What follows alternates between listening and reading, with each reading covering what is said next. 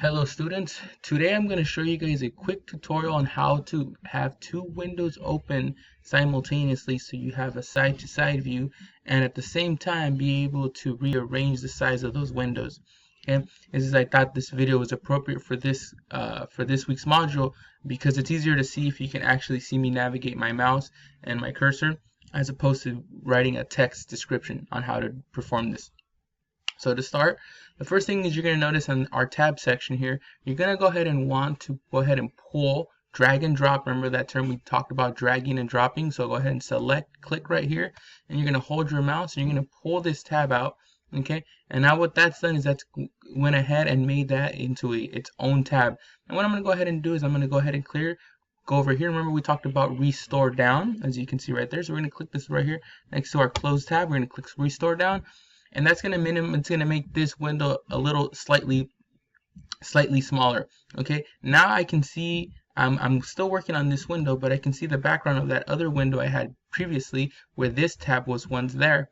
So what I'm actually going to go ahead and do, and it's a very simple step, what Windows can do is Windows can actually automatically detect our movement for our window. So what we can go ahead and do, okay, it's going to go ahead and we're going to go ahead and pull this window right here, and if you notice, as I drag it and then I drop it there, Windows will go ahead and realign that for me. Okay, one more time, I go ahead and do that, and Windows automatically adjusted it for me. Now, to perform the same function for the other window, I'm able to do the same exact thing. Go ahead and click on this space right here. I'm going to go ahead and make this window, restore it down, and go ahead and do the same thing, except I'm dragging it to the left, and boom, voila. Windows has automatically put both of those windows so that if I have to work on a Google Drive document on my right hand side, I'll be able to work on that document, and if I have some instructions or if I have to navigate Canvas or any other website, I can go ahead and navigate this website on its own. As you can notice, as you will see, each window has its own scroll, right? So they work independently of each other so that I can continue to do my work here on the right hand side and also have some work on the left hand side. The last thing for you guys is in case you wanted to just rearrange the size of windows, you can.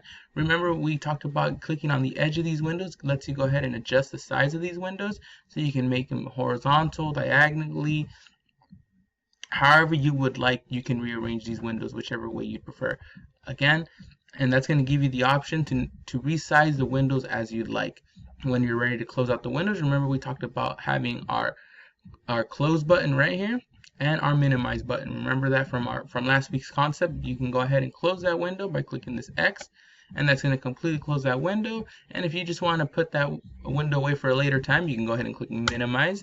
And well, if you navigate down here, your window will be out here. I believe I can't show because of the of our program running, but you would just restore the window the same way you close it down.